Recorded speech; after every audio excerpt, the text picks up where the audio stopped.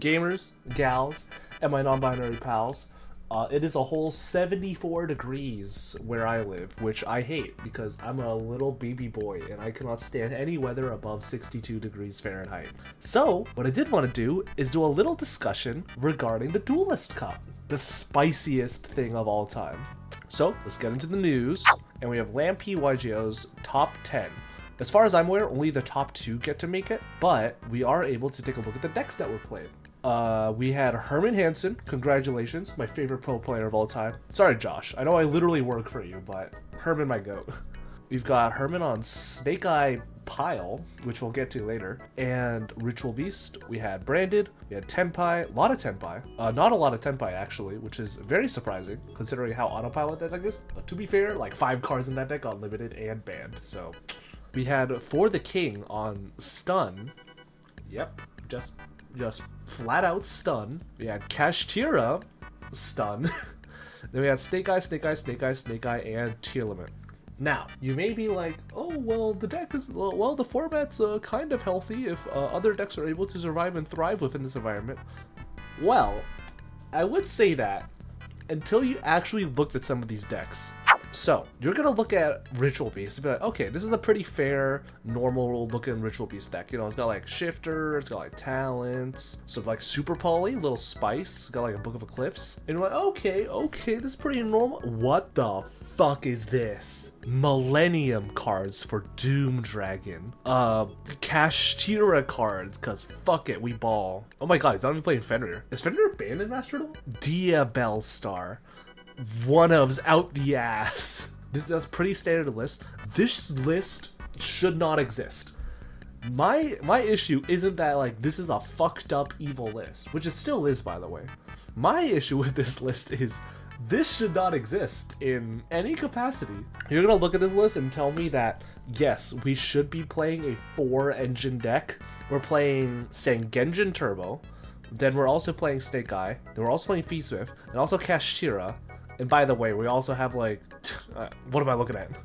Oh my god, Appaloosa is still legal? It's not banned? Why is Appaloosa still in the game? All the engines are basically just about 1,000 years for fucking Beatrice and friends. Beatrice, Desiree, my goats. Oh my god, Beatrice is not banned. Dude, what the fuck is this game?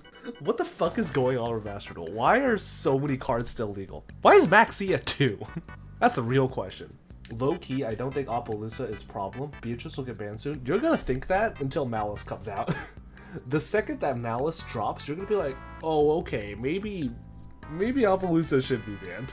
But the sort of existence of these sort of decks in Master Duel is very problematic, in my opinion. I do not like extremely high power decks in formats. I don't think that's exactly a hot take. I don't think it's a hot take to be like, oh my god, broken card bad for a game? Ain't no way. But what I do, like, yeah, sure, like Yugioh cards should be banned. Like, some Malice cards might need to be banned. But those decks are still relatively fair compared to whatever the fuck this is. The problem is the only way to stop these decks is Maxi or Fua. Yeah, like there is almost no combination of like hand traps that like 100% definitively stops this deck. You imperm Ash, they go Engraver. You like Ash Tract, they go like Special Diabell Star, make Moon into Requiem. You like, I don't know, get the super secret early copy of like the Dominus Impulse that could be activated with no cards on the board. They summon like a Kashtira monster, or they're able to make Promethean Princess, or they're able to like make a Beatrice. There are just not enough ways to interact with this deck in a meaningful way. And by the way, like just because you're able to potentially stun them for a turn doesn't automatically mean that you're gonna get out of that scenario, because again, they can still top deck into answers.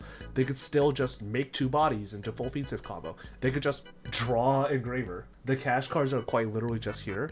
No, it's like sometimes a monster reborn. We have Birth. We have Joshua Schmidt, quit at 44k, peak was 50k. Slightly better DC experience than last time, could have prepared a little bit better, but holy Snake Eye, White Forest, 10-5 stun format is definitely not it. They're all about not letting you play Yu-Gi-Oh! One way or another. And that is probably the best encapsulation I could say about Master Duel format. Like breaking that board of like Detonator Dweller is a lot more easy to deal with relative to like something like this. It's actually like interactable. like, yeah, sure, like, you could say that Dweller is kind of cringe, but once Dweller gets banned, it's gonna be like Detonator, Tornado Dragon, or like Detonator plus like Traptrix Refugio, or something like that. Plus like maybe like 1 or 2 hand traps. Something like that is like actually fair, relatively, Yu-Gi-Oh! That most people would agree with, that is like, you know, you could deal with it in some like meaningful way. But when you look at like Snake Eye, this is a deck that builds a Cancer board. You look at White Forest, that's a deck that builds like a Cancer Synchro board. You've got Tenpai, that deck just fucking kills you. Stun, Falsadina Pachycephalo would like to know your location.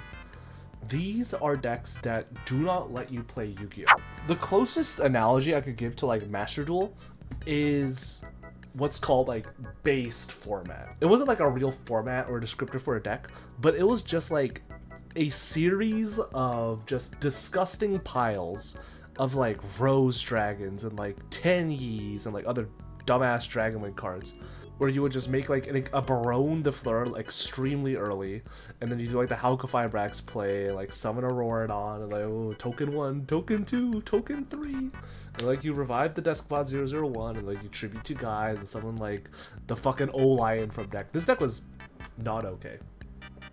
Peak format, absolutely not. This deck ended on 2 negates before like... I don't think there was any hand trap that beat this. A Shutta, like goat. By the way, this deck could also Cyflock you, by the way. You would like activate it, all you had to do was like activate an effect, and you would just convert one of these bodies into a artifact Dagda, and then you would go like, I don't know, like Baronne Pop Dagda, and then you would like chain Dagda in order to, or like, you know, just activate any extender, and then you just like chain Dagda, set Scythe, link 2 into Predaplant, Verte Anaconda, make DP, and then you pop the DP on like, and then you pop the Scythe on your own turn. It was so broken. And by the way, you saw like 3 negates backing that up. Like, it was technically 2, but like, you know, disgusting. I was topping there at that time. I was bottoming during that time. Anyways, disgusting format for disgusting people. But if I'm talking with Schmidt, and I'm like, hey, why don't we make a video documenting your like Duelist Cup series? And he's like, that would be a horrible idea for a video, because all I do is sit here, say nothing, and be sad about Master Duel. Then like, maybe there might be something inherently wrong with like Master Duel's format, and the Duelist Cup just might be a poo-poo solution to it all. I don't know. All my homies hate the Duelist Cup. Let me know how your Duelist Cup run went. I did not get past level 15 because I forgot it was going on. I think I got to like level 11 and I was like, okay, I think I'm gonna take a nap now.